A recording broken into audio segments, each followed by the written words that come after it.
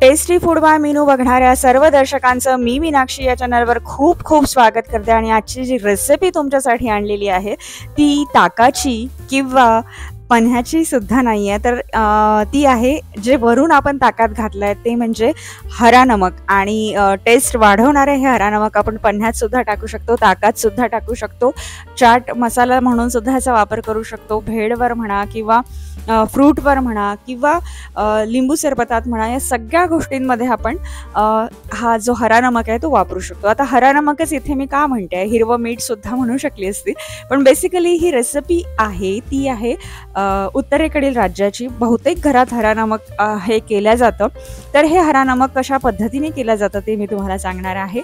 आणि खूप छान टेस्ट वाढवणारं कुठल्याही गोष्टीचं असं हे हरा नमक आहे।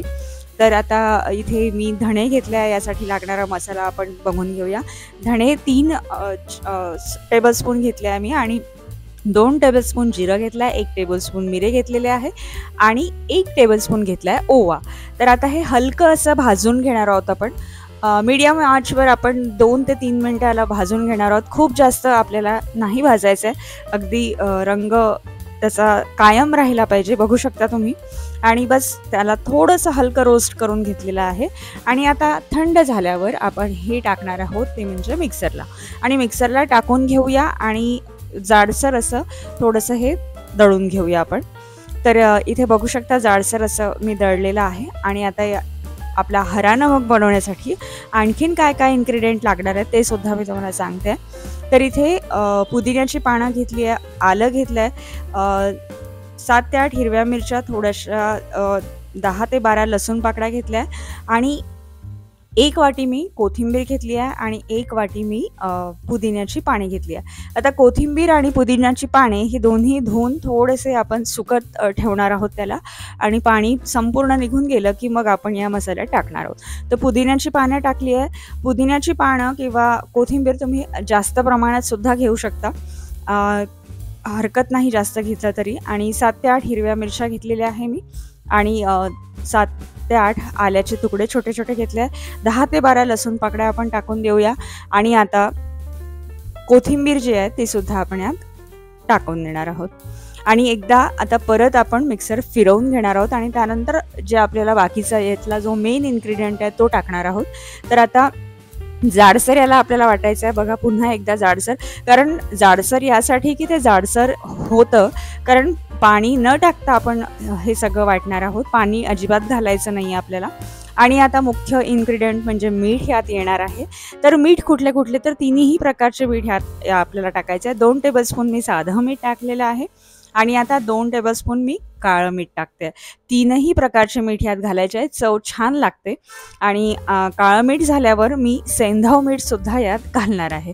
तर 2 चमचे साधं मीठ, 2 चमचे काळं मीठ, आणि 2 चमचे सेंधाव मीठ, असे आपले तीनही मीठ यात आपण टाकलेले आहेत। आणि आता छान आपण हे फिरवून घेऊया परत एकदा, आणि परत एकदा पाणी तर घालायचं नाहीच आहे अजिबात। तर आता पुन्हा एकदा आपण हे मिक्सरला फिरवून घेतलं आहे, बघू शकता तुम्ही।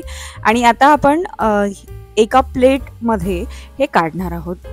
ही प्लेट आपण काढून यात तुम्हाला असं वाटत असेल की हे जाडसरच आहे, पुन्हा आपण प्लेटीत टाकल्यावर सुद्धा हे जाडसर दिसत आहे, हरकत नाही, कारण पाणी नाही आहे त्याच्यामुळे थोडंसं जाडसरच हे निघेल। आणि आता बघू शकता संपूर्ण प्लेटमध्ये छान चमच्याच्या मदतीने आपल्याला पसरवून घ्यायचं आहे, आणि पसरवल्यानंतर तुम्हाला बघू शकता अशा प्रकारे ही जी प्लेट आहे ही तयार होऊन जाईल।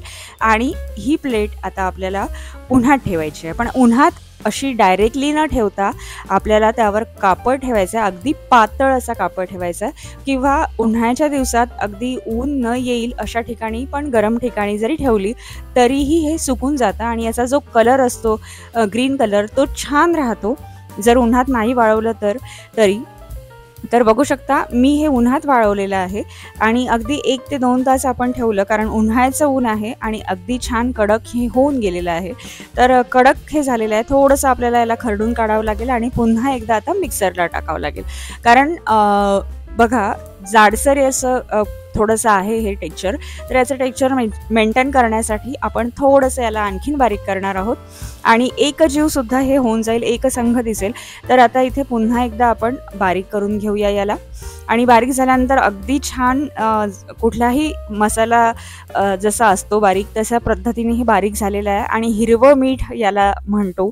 म्हणजेच हरा नमकची ही रेसिपी आपली तयार झालेली आहे. वर्षभरसुद्धा हे मीठ छान राहतं, याला काहीही होत नाही आणि कुठल्याही पदार्थावर म्हणजेच आपण जर भेळ करत असाल किंवा चाट खात असाल किंवा ताक असो नाही तर पन्ह असो, कुठलाही प्रकार असो, कुठलाही शरबत असो, त्यावर थोडंसं चव वाढवण्यासाठी या हरा नमकचा उपयोग करा. आणि रेसिपी जर आवडली असेल तर लाईक आणि कमेंट करायला विसरू नका.